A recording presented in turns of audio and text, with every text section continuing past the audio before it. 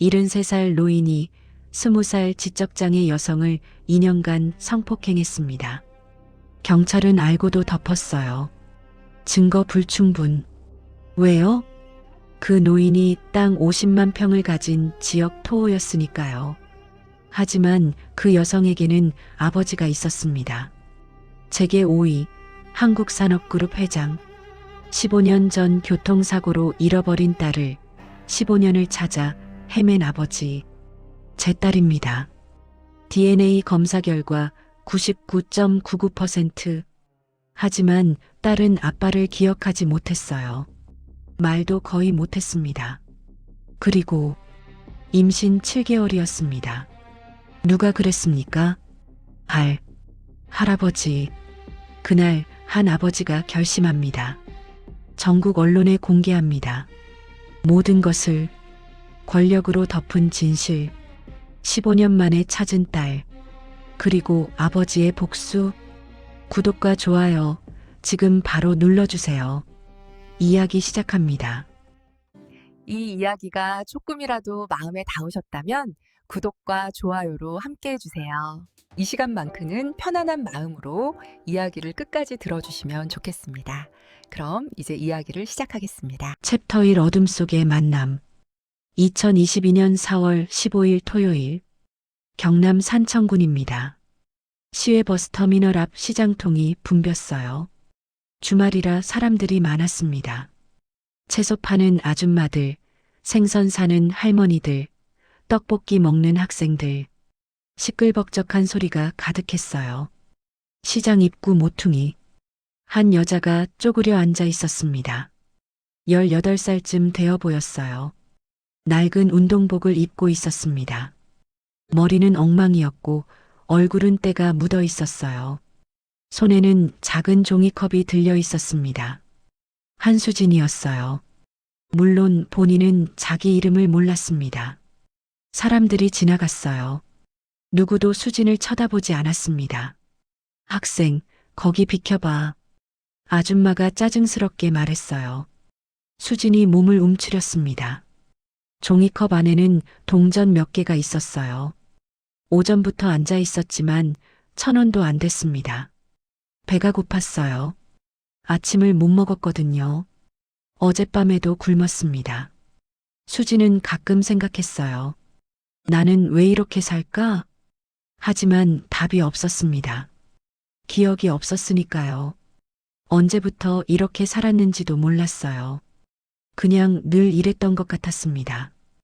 혼자였어요. 가족도 없고 친구도 없고 집도 없었습니다. 밤에는 공원 벤치에서 잤어요. 겨울에는 너무 추워서 버스터미널 대합실에서 잤습니다. 경비 아저씨가 쫓아낼 때도 있었어요. 여기서 자지 마. 냄새나. 그럴 땐 다시 공원으로 갔습니다. 가끔 꿈을 꿨어요. 누군가 자신을 안아주는 꿈. 따뜻한 손길, 부드러운 목소리. 괜찮아, 괜찮아. 하지만 꿈에서 깨면 아무것도 없었습니다. 차가운 벤치만 있을 뿐이었어요. 수지는 말을 거의 못했습니다. 입에서 나오는 건 소리뿐이었어요. 단어를 만들 수 없었습니다. 머리가 복잡했어요. 생각이 정리되지 않았습니다. 다른 사람들처럼 말하고 싶었어요. 하지만 방법을 몰랐습니다. 그냥 소리만 낼 수 있었어요. 오후 2시쯤이었습니다. 종이컵 안에 1,500원이 모였어요. 수지는 일어났습니다. 슈퍼에 가서 빵을 사야 했어요. 그때였습니다. 아가씨. 뒤에서 누군가 불렀어요. 수진이 돌아봤습니다. 할아버지 한 명이 서 있었어요. 70살쯤 되어 보였습니다. 깔끔한 옷차림이었어요. 얼굴에는 웃음이 가득했습니다. 힘들겠네, 이렇게 앉아서. 할아버지가 말했어요. 수지는 어떻게 대답해야 할지 몰랐습니다. 그냥 고개를 숙였어요. 할아버지가 지갑을 꺼냈습니다. 10,000원짜리 한 장을 꺼내 종이컵에 넣었어요. 이거 받아. 수진의 눈이 커졌습니다. 10,000원이었어요. 할아버지가 웃으며 말했습니다. 혹시 일할 생각 없나? 수지는 할아버지를 바라봤어요. 내가 농장을 하나 하거든. 일손이 필요해. 할아버지의 목소리는 부드러웠습니다. 밥도 주고 잘 곳도 줄게. 어때? 수지는 망설였어요. 낯선 사람이었습니다. 하지만 배가 너무 고팠어요. 그리고 오늘 밤 어디서 잘지도 모르는 상황이었습니다. 할아버지가 다시 말했어요. 힘든 일 아니야. 그냥 청소하고 설거지하고 그런 거 할 수 있지? 수진이 천천히 고개를 끄덕였습니다. 좋아, 그럼 따라와. 할아버지가 걸어가기 시작했어요. 수지는 잠시 주저했습니다. 하지만 결국 따라갔어요. 선택의 여지가 없었으니까요. 두 사람은 시장을 빠져나왔습니다. 주차장에 검은색 SUV가 서 있었어요. 타. 할아버지가 차 문을 열었습니다. 수진이 차에 탔어요. 처음 타보는 승용차였습니다. 부드러운 시트, 에어컨 바람. 낯설었어요. 차가 출발했습니다. 시내를 빠져나가 산길로 접어들었어요. 창밖으로 논밭이 보였습니다. 한적한 시골 풍경이었어요. 할아버지가 말했습니다. 이름이 뭐야? 수지는 대답할 수 없었어요. 자기 이름을 몰랐으니까요. 말 못하는구나. 할아버지가 혼잣말처럼 중얼거렸습니다. 그래, 그게 더 좋지. 수지는 그 말이 무슨 뜻인지 몰랐어요. 차는 계속 달렸습니다. 20분쯤 지났을까요?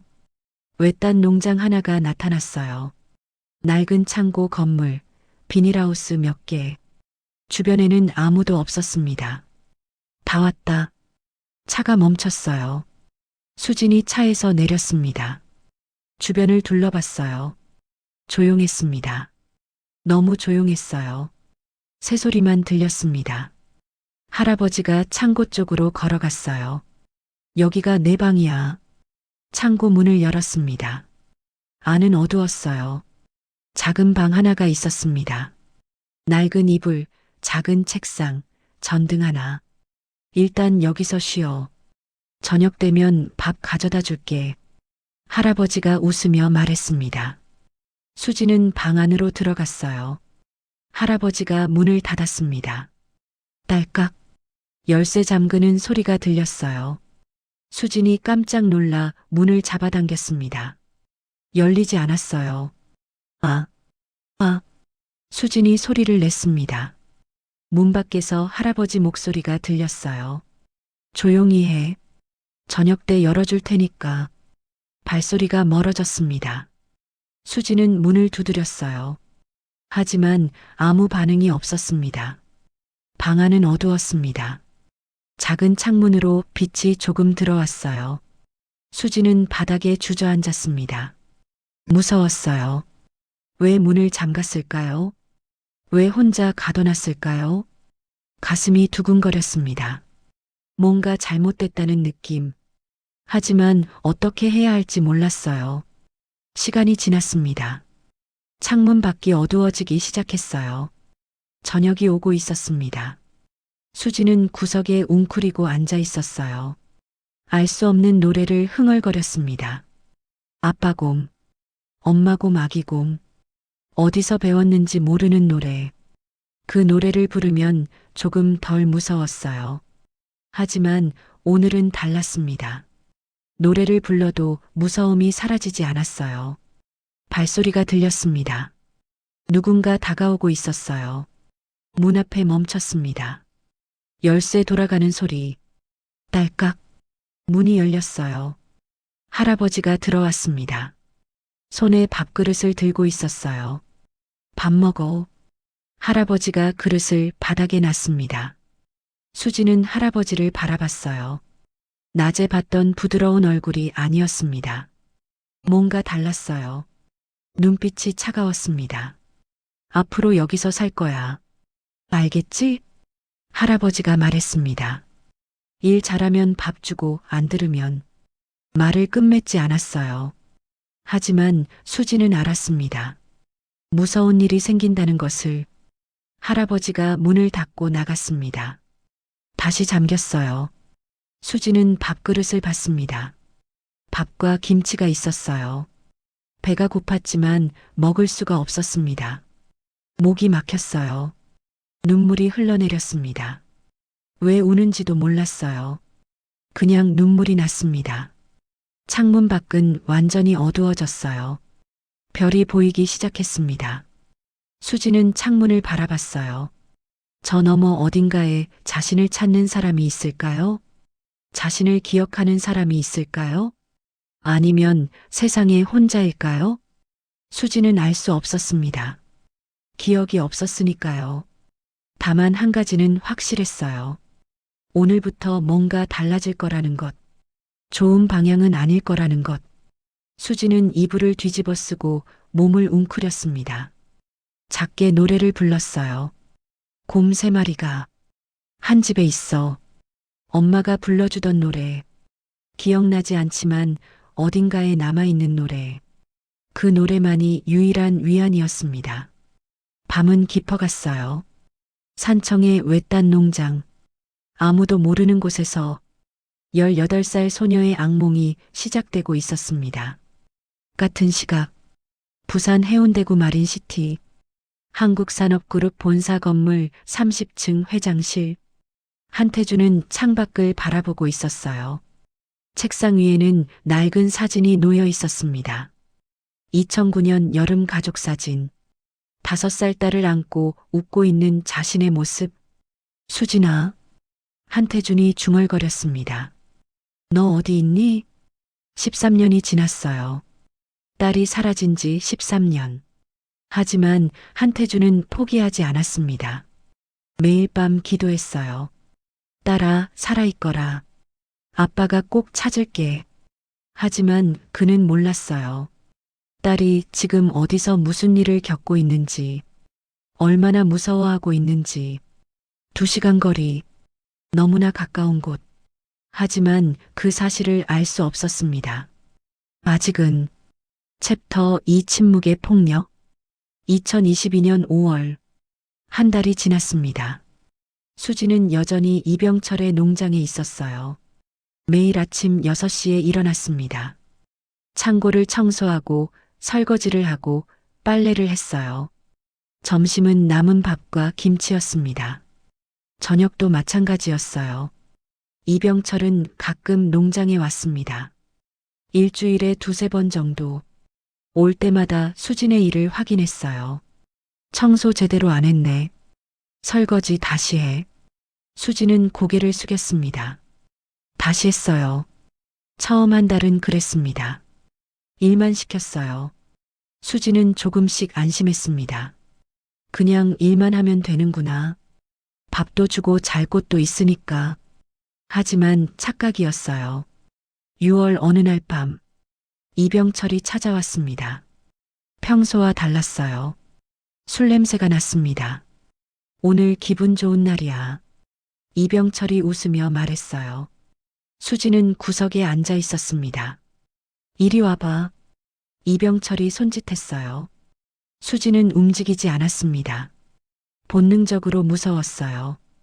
이리 오라고. 이병철의 목소리가 커졌습니다. 수진이 떨며 다가갔어요. 이병철이 수진의 팔을 잡았습니다. 아. 수진이 작은 소리를 냈어요. 조용히 해. 아프게 안 할게. 이병철이 속삭였습니다. 그날 밤, 수진에게 끔찍한 일이 일어났어요. 자세히 말할 수 없습니다. 하지만 수진은 알았어요. 자신이 당한 일이 잘못됐다는 것을. 새벽이 되어서야 이병철이 떠났습니다. 다음에 또 올게.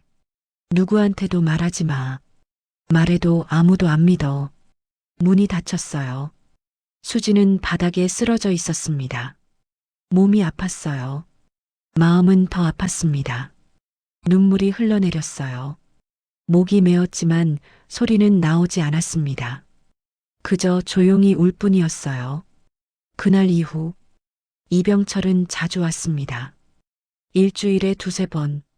올 때마다 똑같은 일이 반복됐어요. 수지는 저항할 수 없었습니다. 힘이 없었어요. 갈 곳도 없었습니다. 그리고 무엇보다 말을 할 수 없었어요. 누구에게 도움을 청할 수도 없었습니다. 2022년 겨울, 수지는 도망치려 했어요. 어느 날 밤 창문을 열었습니다. 밖으로 나갔어요. 어둠 속을 달렸습니다. 산길을 내려갔어요. 1시간쯤 걸었을까요? 마을이 보였습니다. 하지만 어디로 가야 할지 몰랐어요. 누구에게 도움을 청해야 할지도 몰랐습니다. 말을 할 수 없었으니까요. 결국 다시 농장으로 돌아왔습니다. 다른 선택지가 없었어요. 이병철은 웃으며 말했습니다. 도망갔다 왔구나. 그래, 어디 가겠어? 너 같은 애 받아줄 데 없어. 수지는 고개를 떨구었어요. 맞는 말이었습니다. 자신을 기억하는 사람도 없고 찾는 사람도 없었어요. 세상에 혼자였습니다. 2023년이 지나갔어요. 2024년이 왔습니다. 수지는 20살이 됐어요. 하지만 생일을 축하해 줄 사람은 없었습니다. 본인도 자기 생일을 몰랐어요. 1월, 2월이 지나갔습니다. 3월 어느 날, 수지는 몸이 이상했어요. 속이 메스꺼웠습니다. 아침마다 토했어요. 배가 조금씩 불러오기 시작했습니다. 수지는 왜 그런지 몰랐어요. 아는 게 없었으니까요. 농장 근처에 사는 아줌마가 수진을 발견했어요.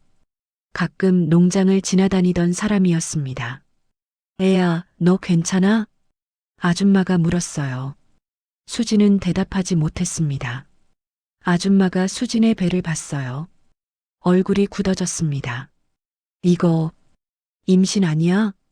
아줌마가 다른 아줌마들을 불렀어요. 저 애 좀 봐요. 임신한 것 같아요. 세상에, 저 나이에? 누가 그랬대? 이 영감님 농장에서 일한다면서? 수렴거림이 퍼졌습니다. 아줌마들이 수진을 보건소로 데려갔어요. 산청군 보건소. 김소영 간호사가 수진을 맞았습니다. 소영은 32살이었어요. 5년 전 산청에 발령받아 일하고 있었습니다. 어서 오세요. 소영이 웃으며 말했어요. 아줌마가 설명했습니다. 간호사님, 이 애가 임신한 것 같아요. 소영이 수진을 봤어요. 20살쯤 되어 보였습니다. 옷은 남루했고 머리는 엉망이었어요.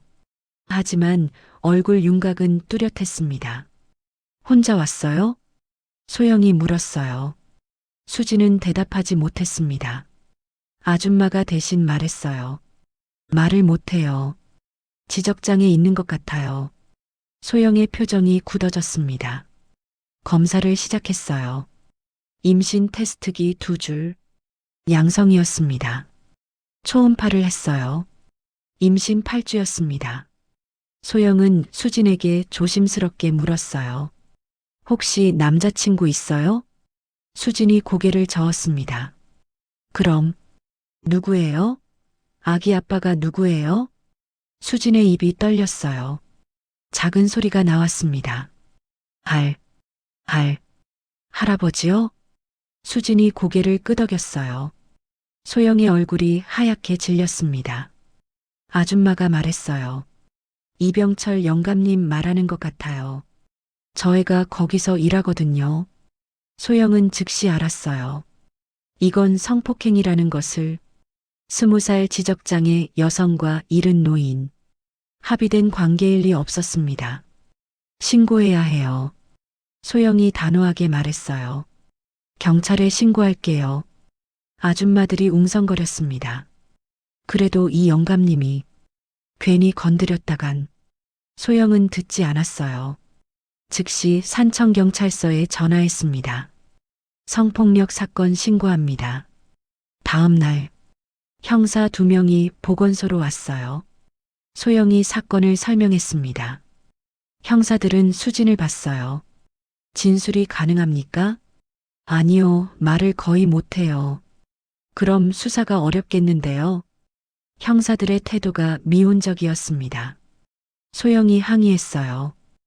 어렵다고요? 명백한 성폭행이에요.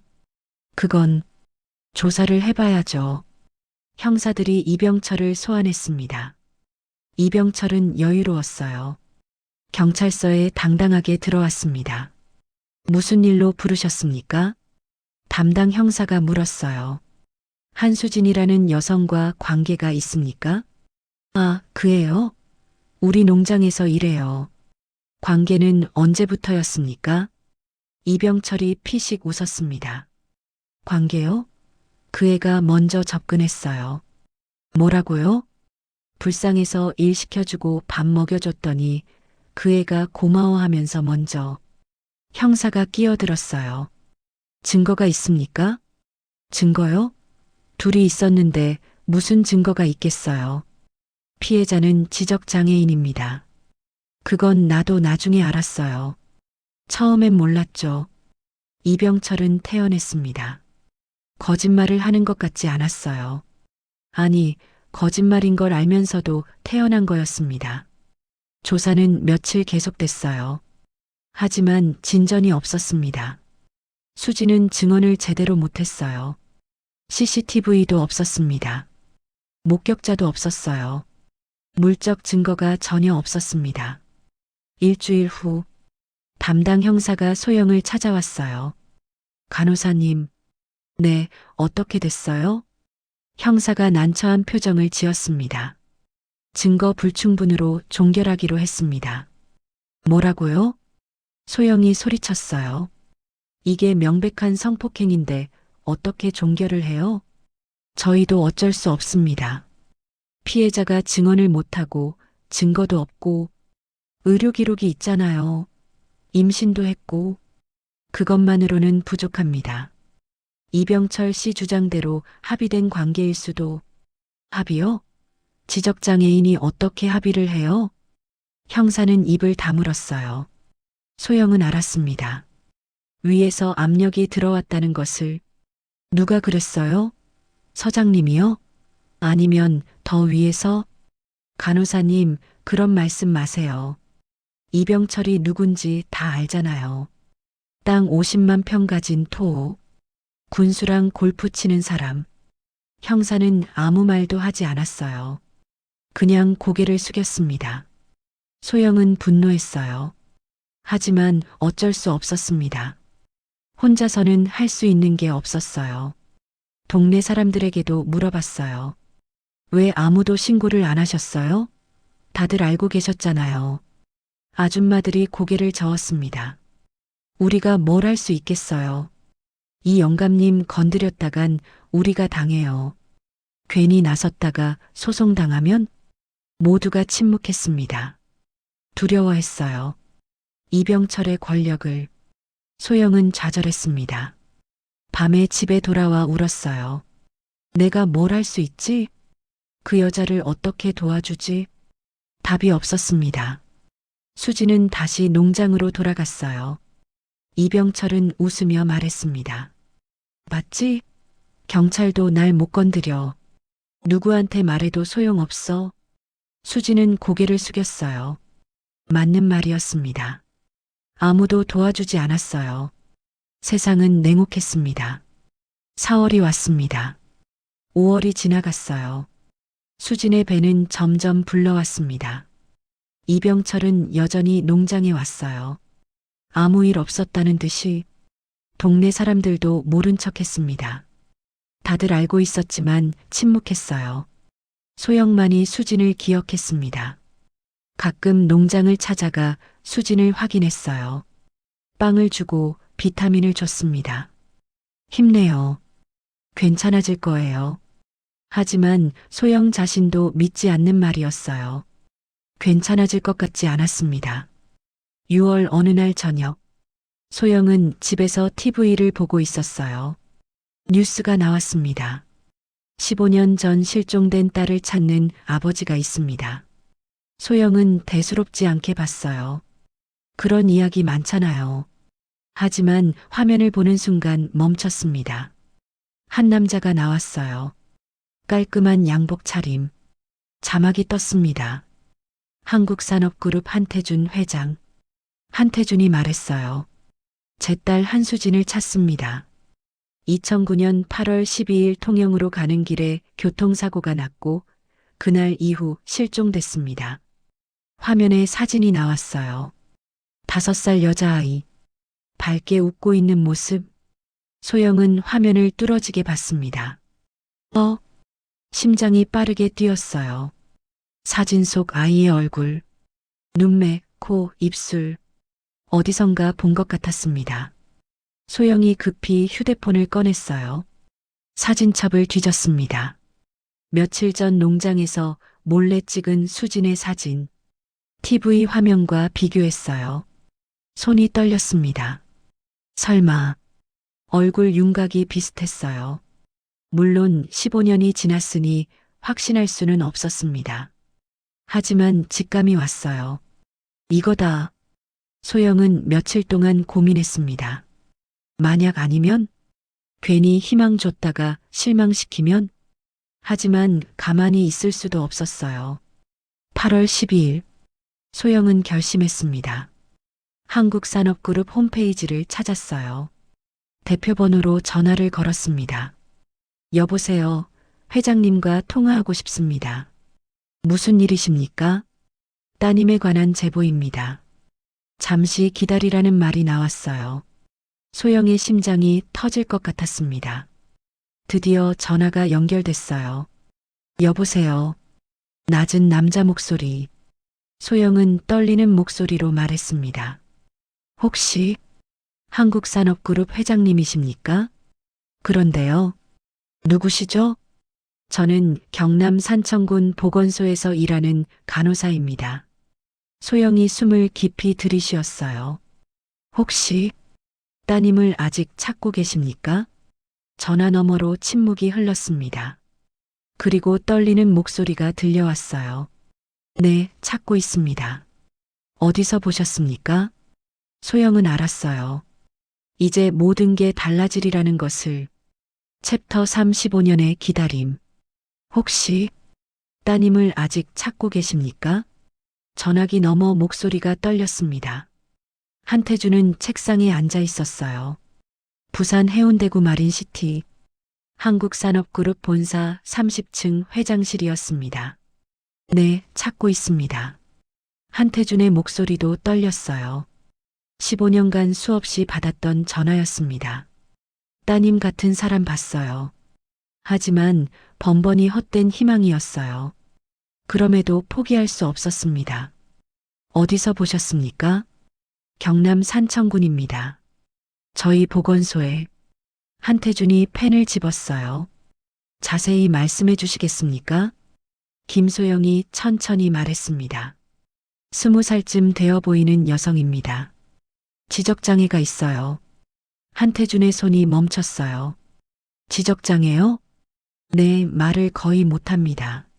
하지만 얼굴이 TV에서 본 따님 사진이랑 비슷해요. 한태준의 심장이 빠르게 뛰기 시작했어요. 사진을 보내주실 수 있습니까? 지금 보내드릴게요. 잠시 후 한태준의 휴대폰이 울렸습니다. 사진 한 장이 도착했어요. 한태준은 떨리는 손으로 화면을 켰습니다. 사진 속 여자가 보였어요. 보건소 복도에 서 있었습니다. 남루한 옷차림. 얼굴에는 때가 묻어 있었어요. 하지만 한태준의 눈에서 눈물이 흘러내렸습니다. 수진아, 아내를 닮은 그 얼굴, 자신을 닮은 그 눈매, 틀림없었어요. 한태준은 15년 전을 떠올렸습니다.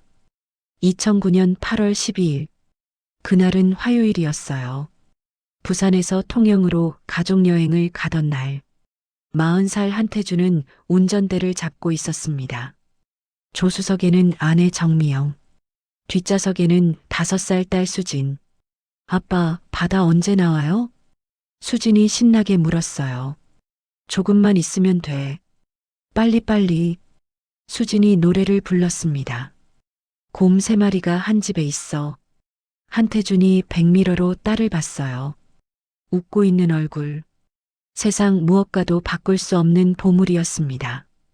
오후 2시쯤이었어요. 터널을 빠져나오는 순간 앞차가 급정거했습니다.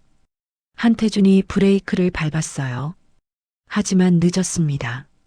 꽝! 충격이 왔어요. 뒤에서도 차가 들이받았습니다. 다중추돌 사고. 한태준은 정신을 잃었어요. 눈을 떴을 때 주변은 아수라장이었습니다.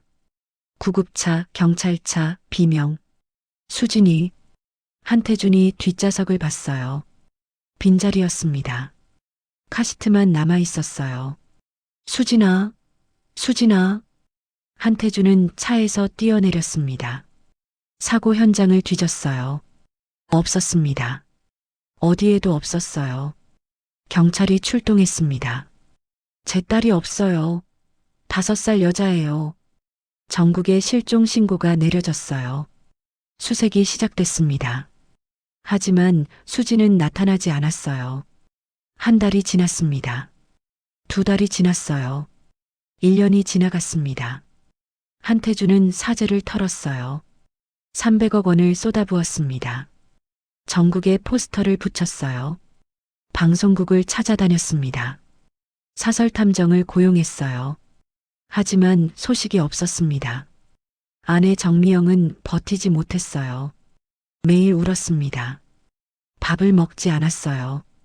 여보, 우리 딸 어디 갔을까요? 2017년 겨울, 실종 8년째 되던 해, 아내가 세상을 떠났습니다. 여보, 미안해요. 나는 더 이상 견딜 수가 없어. 그게 아내의 마지막 말이었어요. 한태준은 혼자 남았습니다. 하지만 포기하지 않았어요. 매년 8월 12일이면 기자회견을 열었습니다. 제 딸 한수진을 찾습니다. 15년이 지났어요. 사람들은 말했습니다. 이제 포기하시는 게 15년이면. 한태준은 고개를 저었어요. 아니요. 제 딸은 살아 있습니다. 근거는 없었습니다. 그냥 믿었어요. 아버지의 직감. 그리고 지금 전화기 너머 여자가 말했습니다.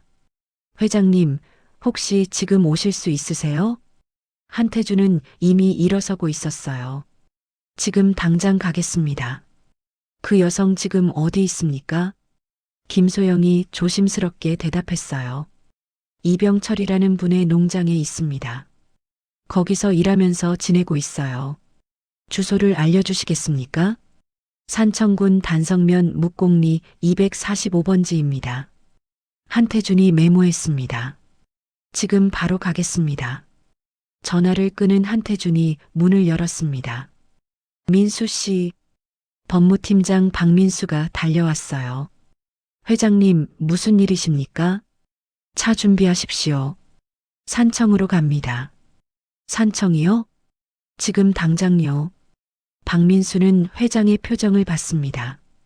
15년간 곁에서 지켜본 사람이었어요. 한태준의 눈빛이 달랐습니다. 혹시 딸입니다. 제 딸을 찾았습니다. 30분 후 한태준의 차가 부산을 떠났어요. 산청까지는 2시간 거리. 박민수가 운전대를 잡았습니다. 한태준은 뒷좌석에서 사진을 계속 봤어요. 손이 떨렸습니다. 정말 수진이일까? 15년 만에 차는 고속도로를 달렸습니다. 한태준은 창밖을 봤어요. 15년 전 이 길을 달렸었죠. 가족과 함께 행복했던 그날, 모든 게 무너진 그날, 눈물이 흘러내렸습니다. 오후 1시, 차가 산청군에 도착했어요. 김소영이 보건소 앞에서 기다리고 있었습니다. 한태준이 차에서 내렸습니다. 김소영 간호사님이십니까? 네, 회장님. 오시느라 고생하셨습니다. 2 사람이 악수했어요. 한태준의 손이 떨렸습니다. 농장이 어디 있습니까? 여기서 차로 20분 거리입니다. 제가 안내할게요. 소영이 한태준의 차에 탔어요. 3 사람은 산길을 따라 올라갔습니다. 소영이 조심스럽게 말했어요. 회장님, 한 가지 말씀드릴 게 있어요. 말씀하세요.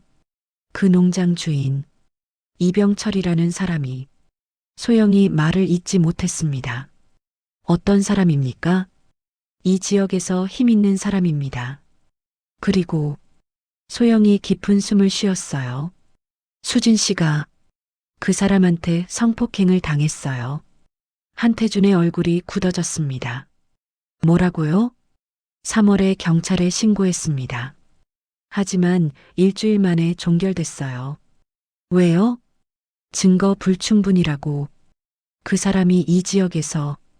한태준은 아무 말도 하지 않았어요. 주먹을 꽉 쥐었습니다. 손등에 핏줄이 붉어졌어요. 차는 외딴 농장 앞에 멈췄습니다. 낡은 창고 건물과 비닐하우스가 보였어요. 주변은 조용했습니다. 저기입니다. 소영이 가리켰어요. 한태준이 차에서 내렸습니다. 박민수도 따라 내렸어요. 회장님, 제가 먼저 가보겠습니다. 아니요. 제가 갑니다. 한태준이 농장으로 걸어갔어요. 창고 문이 닫혀 있었습니다. 노크를 했어요. 반응이 없었습니다. 한태준이 문을 열었어요. 안은 어두웠습니다. 누구세요? 안에서 목소리가 들렸어요. 노인 목소리였습니다. 불이 켜졌어요. 70대쯤 되어 보이는 남자가 서 있었습니다. 이병철이었어요. 누구시길래 함부로 들어옵니까? 이병철이 불쾌한 표정을 지었어요.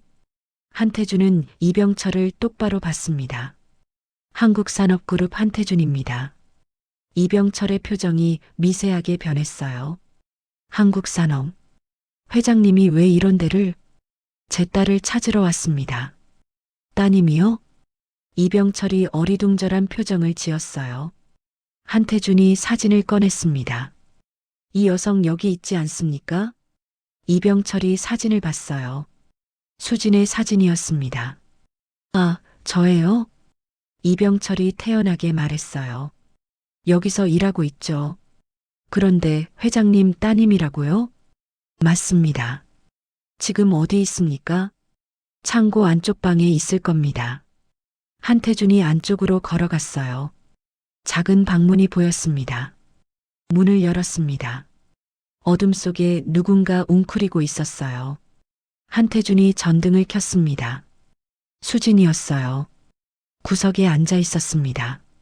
낡은 옷을 입고 있었어요. 얼굴은 때가 묻어 있었습니다. 하지만 틀림없었어요. 한태준의 눈에서 눈물이 흘러내렸습니다. 수진아. 수진이 고개를 들었어요. 낯선 남자가 자신을 보고 있었습니다. 눈물을 흘리고 있었어요. 수진은 이해할 수 없었어요. 수진아, 나야. 아빠야. 한태준이 다가갔습니다. 수진은 몸을 움츠렸어요. 무서웠습니다. 한태준이 무릎을 꿇었어요. 괜찮아. 무섭지 않아. 아빠가 왔어. 하지만 수진은 알아듣지 못했어요. 그저 두려움만 가득했습니다. 이병철이 뒤에서 말했어요. 저 애가 회장님 따님이라는 증거라도 있습니까? 한태준이 돌아봤습니다. 눈빛이 차가웠어요. DNA 검사하면 됩니다. 그렇게 하시죠. 근데 만약 아니면 어쩌실 겁니까? 아닙니다. 한태준의 목소리가 단호했어요. 제 딸이 맞습니다. 한태준이 다시 수진을 봤어요. 수진아, 우리 집에 가자. 따뜻한 곳으로. 수진은 망설였습니다. 한태준이 손을 내밀었어요. 무섭지 않아. 아빠가 지켜줄게. 수진은 한태준의 손을 봤습니다. 따뜻해 보였어요. 천천히 손을 뻗었습니다. 한태준이 수진의 손을 잡았어요. 차가웠습니다. 너무나 차가운 손. 한태준은 수진을 일으켰습니다. 이제 괜찮아. 아빠가 왔으니까. 이병철이 막아섰어요. 잠깐만요. 저 애가 회장님 따님이라는 게 확인도 안 됐는데. 한태준이 이병철을 똑바로 봤습니다. 비키십시오. 회장님, 저 애는 제 농장에서 제 딸입니다. 한태준의 목소리에 칼날이 섰어요. 그리고 들었습니다. 이 여성이 성폭행을 당했다고. 이병철의 얼굴이 굳어졌어요. 그건 오해입니다. 합의된. 합의요? 한태준이 한 발 다가갔습니다. 20세 지적장애인과 70대 노인이 합의요? 회장님 진정하시고. 경고합니다.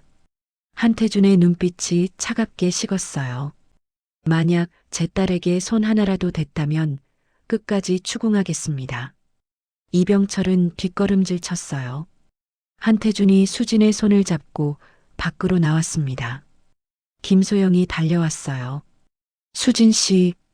수진이 소영을 보고 조금 안정됐어요. 괜찮아요. 좋은 분이에요. 소영이 수진의 다른 손을 잡았습니다. 세 사람은 차로 향했어요. 이병철이 뒤에서 소리쳤습니다. DNA 검사 결과 나오면 연락 주십시오. 한태준은 대답하지 않았어요. 차에 수진을 태웠습니다. 소영도 함께 탔어요. 차가 출발했습니다. 한태준은 백미러로 농장을 봤어요. 이병철이 서서 차를 바라보고 있었습니다. 한태준은 주먹을 쥐었어요. 반드시 벌 받게 하겠습니다. 차는 부산으로 향했습니다. 1시간쯤 지났을까요? 수진이 작게 노래를 흥얼거렸어요. 곰 3마리가 한 집에. 한태준의 몸이 얼어붙었습니다. 그 노래, 15년 전 차 안에서 수진이 불렀던 노래. 한태준의 눈에서 눈물이 쏟아졌어요. 수진아. 수진은 한태준을 봤습니다. 왜 우는지 몰랐어요. 그냥 고개를 갸우뚱했습니다. 한태준은 조심스럽게 수진의 손을 잡았습니다. 미안해. 아빠가 늦어서 미안해. 새벽 1시, 부산대학교병원 응급실. 수진이 검진을 받고 있었습니다. 한태준은 복도에서 기다렸어요. 30분 후, 담당 의사가 나왔습니다. 회장님, 네, 어떻습니까? 의사가 심각한 표정을 지었어요. 환자분이 임신 중입니다. 한태준의 얼굴이 굳었어요. 뭐라고요? 임신 7개월입니다. 한태준은 벽에 기댔습니다. 박민수가 달려왔어요. 회장님. 한태준은 아무 말도 할 수 없었습니다. 15년 만에 찾은 딸. 그 딸이 임신을 했다니. 김소영이 조심스럽게 말했어요. 회장님, 제가 말씀드렸잖아요. 성폭행 피해자라고. 한태준의 눈빛이 변했습니다. 그 사람이, 이병철이 주먹을 꽉 쥐었어요. 손이 하얗게 질렸습니다. 민수 씨. 네, 회장님. 이병철 신원 조회하십시오. 전 재산, 인맥, 모든 것. 알겠습니다. 그리고 내일 아침 DNA 검사 진행하십시오. 네, 회장님. 한태준은 병실로 들어갔어요. 수지는 침대에 누워 있었습니다. 깨끗한 병원복을 입고 있었어요. 한태준은 수진 옆에 앉았습니다. 수진아. 수진이 한태준을 봤어요. 아빠가 꼭 지켜줄게. 한태준의 목소리가 떨렸어요. 너한테 나쁜 짓 한 사람 반드시 벌 받게 할게. 수진은 이해하지 못했습니다.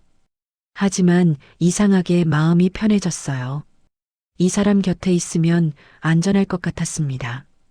수진은 천천히 눈을 감았어요. 오랜만에 편안한 잠이었습니다. 한태준은 밤새 수진을 지켰어요. 15년을 기다렸습니다. 그리고 마침내 찾았어요. 하지만 싸움은 이제 시작이었습니다. 챕터 4 진실의 폭로. 2024년 8월 14일 수요일, 부산대학교병원. 한태준은 병실 의자에서 밤을 샜어요. 수진은 침대에서 깊이 잠들어 있었습니다. 새벽 6시, 박민수가 들어왔어요. 회장님, DNA 검사 결과 나왔습니다. 한태준이 고개를 들었습니다. 어떻게 나왔습니까? 친자 확률 99.99%입니다. 박민수가 서류를 건넸어요. 한태준은 결과지를 받아봤습니다. 손이 떨렸어요. 한수진 마이너스 한태준 친자관계 확률 99.99%. 15년을 기다렸습니다. 그리고 마침내 확인했어요. 한태준의 눈에서 눈물이 흘러내렸습니다. 제 딸입니다. 정말 제 딸이에요. 박민수도 눈시울이 붉어졌어요. 축하드립니다, 회장님. 고맙습니다, 민수 씨. 두 사람은 잠시 침묵했습니다. 감격스러운 순간이었어요. 하지만 오래 머물 수 없었습니다. 한태준이 물었어요. 이병철 신원 조회는 완료했습니다. 박민수가 자료를 펼쳤어요. 이병철 73세, 보유 토지 50만 평, 상가 건물 15개, 추정 자산 500억 원. 계속하십시오. 산청군수 최동욱과 골프 모임 회원입니다. 산청경찰서장 최근수와도 친분 관계. 군의원 3명이 그의 영향권 아래 있고요. 한태준은 자료를 넘겼습니다. 신문 기사들이 나왔어요. 산청의 자랑 이병철, 장학금 1억 기부, 어려운 이웃 돕는 착한 부자. 한태준은 사진을 구겼어요. 지역 토호군요. 네, 그렇습니다. 경찰 조사 기록은요? 박민수가 다른 서류를 꺼냈습니다. 올해 3월 김소영 간호사 신고, 성폭행 혐의로 조사 시작. 결과는 일주일 만에 종결. 증거 불충분, 피해자 진술 불가. 한태준이 책상을 쳤어요. 쿵. 지적장애인이 임신했는데 증거 불충분이라고요? 이병철 측 주장은 합의된 관계였다고 합니다. 한태준의 눈빛이 차갑게 식었습니다. 산청으로 갑니다. 회장님, 경찰서로 가겠습니다. 오전 10시, 산청경찰서. 한태준이 서장실로 들어갔어요. 최근수 서장이 일어나 맞았습니다. 어서 오십시오, 회장님. 앉으십시오. 한태준의 목소리가 차갑했어요. 최근수가 어색하게 앉았습니다. 제 딸 사건 재수사 요청합니다. 아, 그건 말씀이시군요. DNA 검사 결과 나왔습니다. 한수진은 제 친딸입니다. 한태준이 결과지를 내밀었어요. 최근수가 서류를 받습니다. 그렇군요. 축하드립니다. 축하요? 한태준의 목소리가 낮게 깔렸어요. 제 딸이 성폭행당하고 임신까지 했는데 축하라고 하십니까? 최근수의 얼굴이 굳어졌습니다. 그게 그런 뜻이 아니라 재수사하십시오. 회장님, 이미 종결된 사건입니다. 증거가 불충분했다고 들었습니다. 네, 그렇습니다. 제 딸은 지적장애 2급입니다. 증언을 제대로 할 수 없어요. 최근수가 난처한 표정을 지었어요. 그래서 수사가 어려웠습니다. 의료 기록이 있습니다. 한태준이 또 다른 서류를 꺼냈어요. 제 딸 몸에 폭행 흔적이 있었습니다. 이게 증거 아닙니까? 그건 언제 생긴 건지 확인이.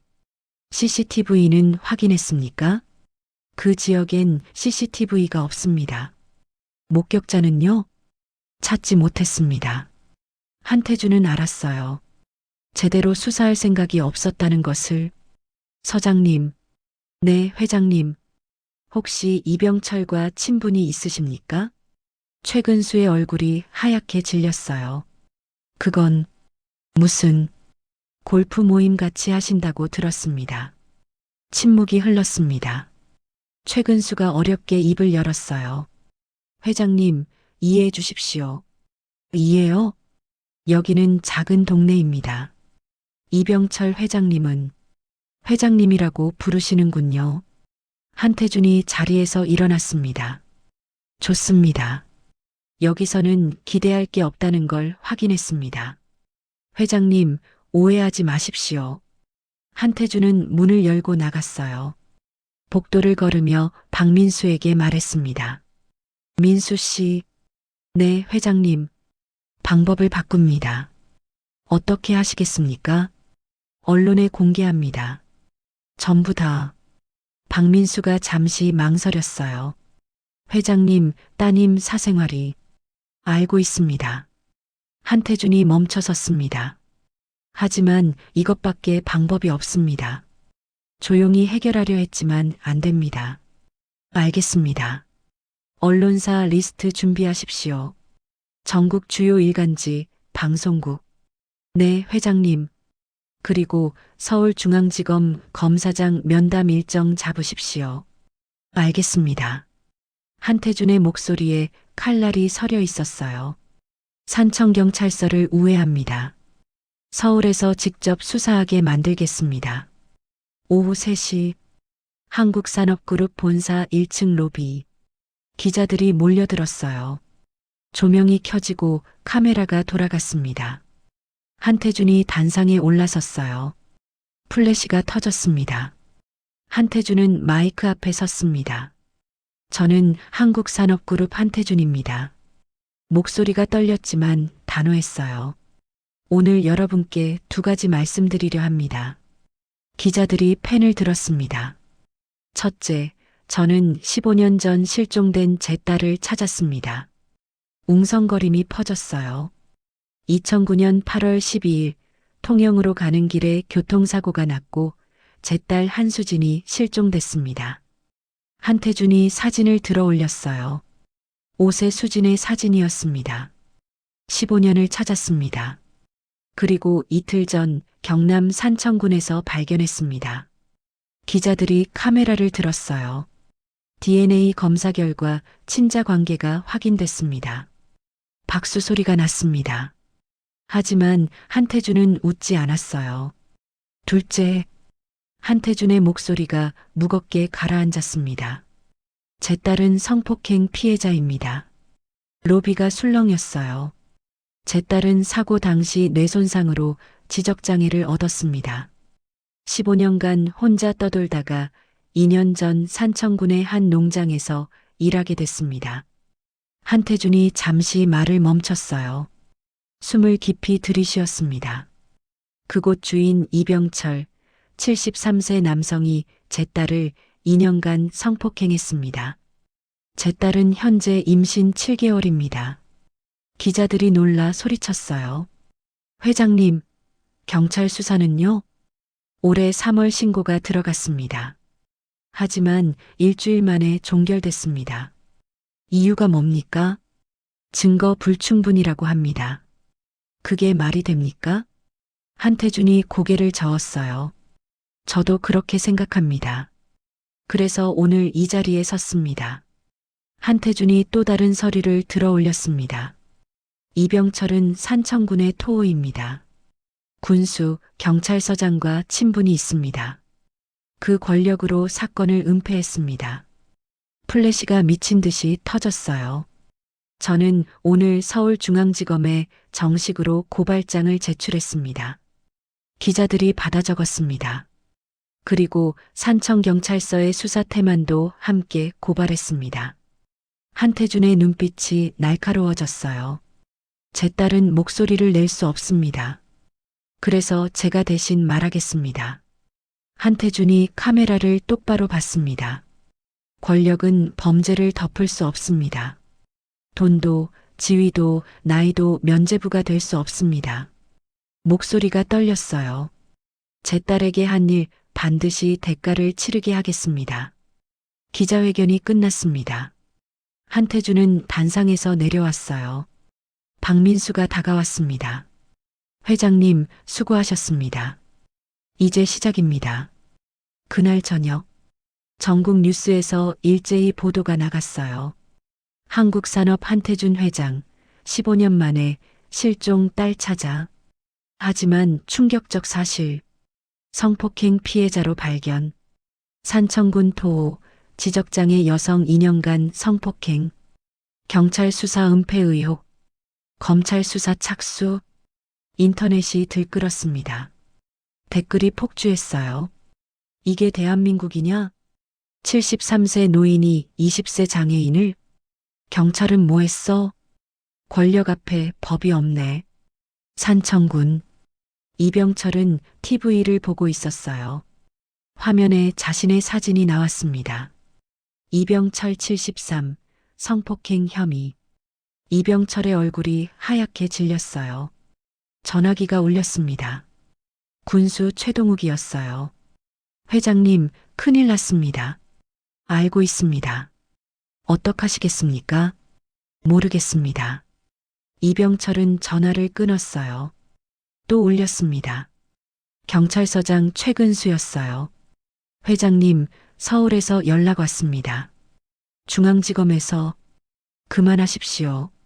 이병철이 전화기를 던졌어요. 창밖을 봤습니다. 기자들이 몰려오고 있었어요. 카메라를 들고 이병철은 알았습니다.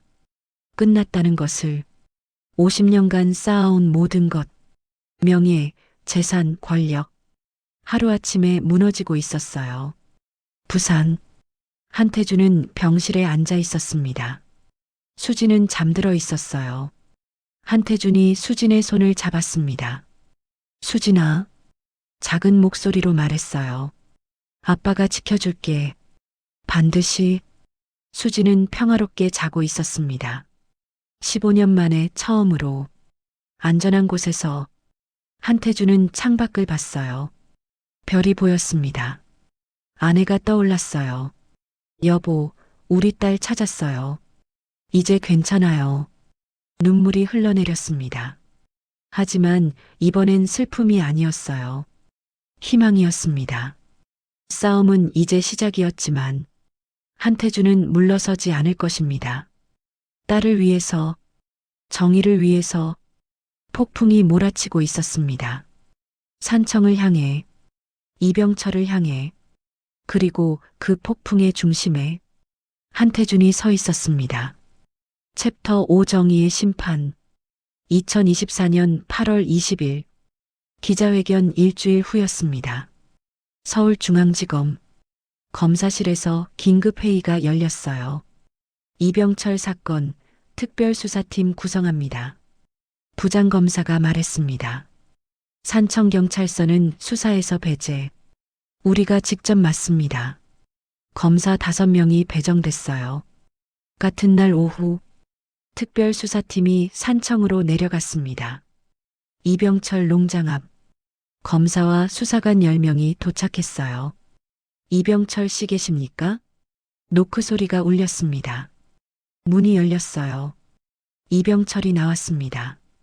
일주일 사이 많이 늙어 보였어요. 검찰입니다. 성폭력 범죄 혐의로 긴급 체포합니다. 수갑이 채워졌습니다. 이병철은 저항하지 않았어요. 이미 예상했던 일이었습니다.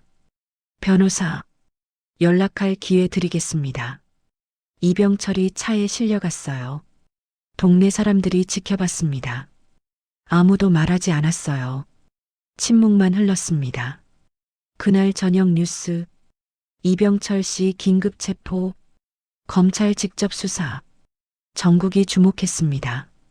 수사는 빠르게 진행됐어요. 검찰은 수진의 의료 기록을 확보했습니다. 임신 확인서, 몸의 상처 사진, 진료 기록, 농장도 압수수색했어요. 수진이 갇혀있던 방, 낡은 이불, 작은 책상, 사진을 찍고 증거를 수집했습니다. 그리고 8월 25일 예상치 못한 일이 벌어졌어요. 익명의 제보 전화가 걸려왔습니다. 저도 이병철한테 당했습니다. 30대 여성의 목소리였어요. 언제 일입니까? 2015년이었어요. 제가 그때 26이었습니다. 검사가 받아 적었습니다. 어떤 상황이었습니까? 저도 농장에서 일했어요. 그 사람이 똑같이 했어요. 여성의 목소리가 떨렸습니다. 신고는 안 하셨습니까? 했어요. 하지만 일주일 만에 종결됐어요. 증거 없다고. 지금이라도 진술해 주시겠습니까? 네. 이제는 말하고 싶어요. 전화를 끊은 검사가 팀원들을 모았습니다. 추가 피해자가 있을 가능성이 높습니다. 수사 범위를 확대하죠. 공고가 나갔어요. 이병철 관련 피해자 진술 접수. 일주일 만에 3명이 더 나타났습니다. 모두 20-30대 여성. 과거 농장에서 일했던 사람들. 2010년, 2013년, 2018년. 이병철의 범죄는 오래전부터 반복됐어요. 하지만 모두 묻혔습니다. 권력 앞에서 9월 10일 구속영장이 청구됐습니다. 피의자 이병철 성폭력 범죄의 처벌 등에 관한 특례법 위반. 피해자 총 5명. 상습 범행 인정. 증거인멸 및 도주 우려. 영장이 발부됐어요. 이병철은 정식으로 구속됐습니다. 부산. 한태준은 검사로부터 연락을 받았습니다. 회장님, 추가 피해자 4명이 더 나타났습니다. 그렇습니까? 네, 이병철의 범행이 10년 넘게 계속됐던 것으로 보입니다. 한태준은 주먹을 쥐었어요. 그동안 얼마나 많은 사람이. 이번엔 확실하게 처벌하겠습니다.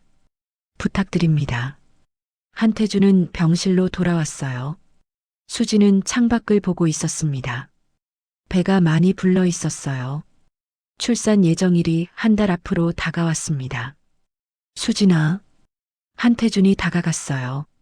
수진이 돌아봤습니다. 이제는 한태준을 보면 웃었어요. 말은 여전히 못했지만 표정은 밝아졌습니다. 아빠가 좋은 소식 가져왔어. 한태준이 수진의 손을 잡았어요. 나쁜 사람 이제 벌 받아. 다신 나오지 못할 거야. 수진은 이해하지 못했습니다. 하지만 한태준의 목소리가 따뜻했어요. 그것만으로 충분했습니다. 10월 15일 수진이 아이를 낳았습니다. 건강한 남자아이였어요. 한태준은 분만실 밖에서 기다렸습니다. 간호사가 나왔어요. 회장님, 순산하셨습니다. 산모는요? 건강합니다. 한태준은 안도의 한숨을 쉬었어요. 아기를 볼 수 있었습니다. 작은 생명이었어요. 한태준은 복잡한 감정이 들었습니다. 이 아이는 범죄의 결과였어요. 하지만 동시에 생명이었습니다. 수진과 상담했습니다. 물론 수진은 제대로 이해하지 못했어요. 전문가들과 오랜 논의 끝에 입양을 결정했습니다. 좋은 가정으로 보내기로 했어요. 한태준은 아기를 안았습니다. 미안하구나. 행복하게 살아라. 작은 목소리로 말했어요. 2025년 1월 15일 재판이 열렸습니다. 서울중앙지방법원. 방청객이 가득 찼어요. 기자들도 몰려왔습니다. 이병철이 입장했어요. 수감복을 입고 있었습니다. 7개월 사이 많이 야위었어요. 검사가 기소 내용을 읽었습니다. 피고인 이병철은 2022년 6월부터 2024년 3월까지 피해자 한수진을 상습적으로 성폭행했습니다. 또한 2010년부터 2018년까지 다른 피해자 4명에게도 동일한 범행을 저질렀습니다. 피고인은 지역 유지라는 지위를 이용해 범행을 은폐했습니다. 재판장이 물었습니다. 피고인, 인정합니까? 이병철은 한동안 침묵했어요. 변호사가 속삭였습니다. 인정합니다. 작은 목소리였어요. 증인 신문이 진행됐습니다. 김소영 간호사가 증언대에 섰어요. 제가 처음 수진 씨를 봤을 때 소영의 목소리가 떨렸습니다. 분명히 성폭행 피해자였어요. 하지만 아무도 믿어주지 않았습니다. 추가 피해자들도 증언했어요. 저는 10년 동안 침묵했습니다. 무서웠으니까요. 그 사람이 가진 권력 때문에 아무도 도와주지 않았어요. 한태준도 증인으로 출석했습니다. 15년을 찾았습니다. 제 딸을. 한태준의 목소리가 떨렸어요. 그런데 찾았을 때 이미 늦었습니다. 하지만 이것만은 확실합니다. 이 사람은 반드시 벌을 받아야 합니다. 재판은 3시간 계속됐어요. 최후 진술 시간. 이병철이 일어섰습니다. 저는 목소리가 갈라졌어요. 변명하지 않겠습니다. 제가 한 일 용서받을 수 없습니다. 방청석이 조용했습니다. 다만 한 가지, 이병철이 한태준을 봤어요. 회장님, 정말 죄송합니다. 한태준은 대답하지 않았습니다. 재판장이 판결문을 읽었습니다. 피고인 이병철에게 징역 20년을 선고한다. 방청석에서 탄식이 터졌어요. 피고인의 범행은 지속적이고 계획적이었다. 피해자들은 모두 사회적 약자였으며 피고인은 이를 악용했다.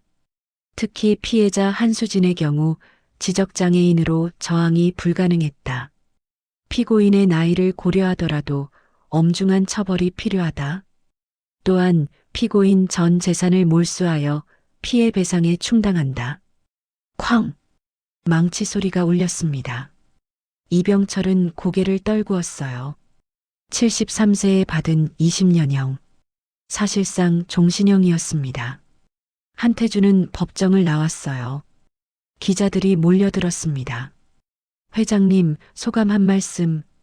한태준이 멈춰섰습니다. 정의는 늦었지만 왔습니다. 목소리가 떨렸어요. 하지만 기쁘지 않습니다. 제 딸이 잃어버린 시간은 돌아오지 않으니까요. 그래도 한 가지는 확실합니다. 한태준이 카메라를 봤어요. 권력은 범죄를 덮을 수 없습니다. 언젠가는 반드시 드러납니다. 2025년 10월, 1년이 지났습니다. 부산 해운대구, 한태준의 집, 넓은 거실에서 수진이 앉아 있었어요. 창밖을 보고 있었습니다. 바다가 보였어요. 푸른 하늘, 햇살. 수진의 표정이 평화로웠습니다. 한태준이 다가왔어요. 수진아, 산책 갈까? 수진이 고개를 끄덕였습니다. 두 사람은 해변을 걸었어요. 파도 소리가 들렸습니다. 수진이 모래를 밟으며 웃었어요. 한태준은 그 모습을 바라봤습니다. 많이 좋아졌어. 1년 전과는 달랐어요. 표정이 밝아졌고 몸도 건강해졌습니다. 말은 여전히 거의 못했지만 간단한 단어는 할 수 있게 됐어요. 물, 빵, 좋아. 그리고 가장 중요한 단어, 벤치에 앉았습니다. 한태준이 수진 옆에 앉았어요. 수진아, 응. 수진이 대답했습니다. 한태준의 눈에 눈물이 고였어요. 1년 전만 해도 대답조차 못했는데, 아빠 고마워. 수진이 고개를 갸우뚱했어요. 그러더니 작은 목소리로 말했습니다. 아빠. 한태준의 눈에서 눈물이 흘러내렸습니다. 그래, 아빠야. 네, 아빠. 수진이 웃었어요. 이해했는지 몰랐지만 한태준이 우는 걸 보고 손을 뻗었습니다. 한태준의 눈물을 닦아줬어요. 고마워, 수진아. 한태준이 수진을 안았습니다. 오랜 시간 그렇게 있었어요. 저녁이 왔습니다. 집으로 돌아가는 길, 수진이 노래를 흥얼거렸어요. 곰 3마리가 한 집에. 한태준이 같이 불렀습니다. 아빠, 곰, 엄마 곰, 애기 곰. 두 사람이 웃었어요. 15년 만에 다시 함께 부르는 노래. 집에 도착했습니다. 저녁 식사를 했어요. 수지는 스스로 숟가락을 들었습니다. 천천히 하지만 혼자서. 한태준은 지켜봤습니다. 조금씩 나아지고 있어. 완전히 회복되진 않을 거예요. 지적장애는 그대로일 것입니다. 하지만 괜찮았어요. 수진이 웃고 있으니까 안전한 곳에서 사랑받으며. 밤이 됐습니다. 수진의 방. 한태준이 이불을 덮어줬어요. 잘 자, 수진아. 응. 수진이 눈을 감았습니다. 한태준은 불을 끄고 나왔어요. 거실로 갔습니다. 창밖을 봤어요. 별이 빛나고 있었습니다. 박민수가 찾아왔어요. 회장님, 보고 드릴 게 있습니다. 무엇입니까? 이병철 재산 몰수 절차 완료됐습니다. 총 500억 원. 피해자들에게 배상됐습니까? 네, 5명에게 균등 배분했습니다. 한태준이 고개를 끄덕였어요. 수고하셨습니다. 그리고 산청경찰서장 최근수 직위 해제됐습니다. 당연한 일이죠. 박민수가 잠시 망설이다 물었어요. 회장님, 따님은 어떠십니까? 좋아지고 있습니다. 천천히. 다행입니다. 네, 그것으로 충분합니다. 한태준이 창밖을 봤어요. 민수 씨. 네, 회장님. 15년을 찾았습니다. 그리고 1년을 함께 보냈어요. 한태준의 목소리가 부드러웠습니다. 이제야 깨달았습니다. 중요한 건 완벽한 회복이 아니라는 걸. 그렇다면요? 함께 있는 것. 그것만으로 충분합니다. 박민수가 고개를 숙였어요. 좋은 아버지이십니다. 아닙니다. 늦은 아버지죠. 한태준이 수진의 방을 봤어요. 하지만 이제부터라도 잘하려고 합니다. 다음 날 아침, 한태준과 수진은 다시 해변을 걸었어요. 수진이 조개 껍데기를 주었습니다. 예쁘다. 작은 목소리로 말했어요. 한태준이 웃었습니다. 그래, 예뻐. 파도가 밀려왔어요. 수진이 뛰어서 피했습니다. 웃으며 한태준은 그 모습을 봤어요. 가슴이 따뜻해졌습니다. 이 순간이면 충분해. 완벽하지 않아도, 천천히 가도, 함께 있으면 그것으로 충분했습니다. 수진이 달려왔어요. 조개 껍데기를 내밀었습니다. 아빠, 놔주는 거야? 응. 한태준이 받았어요. 작고 하얀 조개 껍데기. 고마워, 수진아. 수진이 환하게 웃었습니다. 한태준도 웃었어요. 15년의 기다림, 1년의 회복, 그리고 앞으로의 시간. 천천히, 함께, 그렇게 살아가면 됐습니다. 햇살이 따뜻했어요. 바다는 푸르렀습니다. 그리고 두 사람은 함께 걸어가고 있었습니다.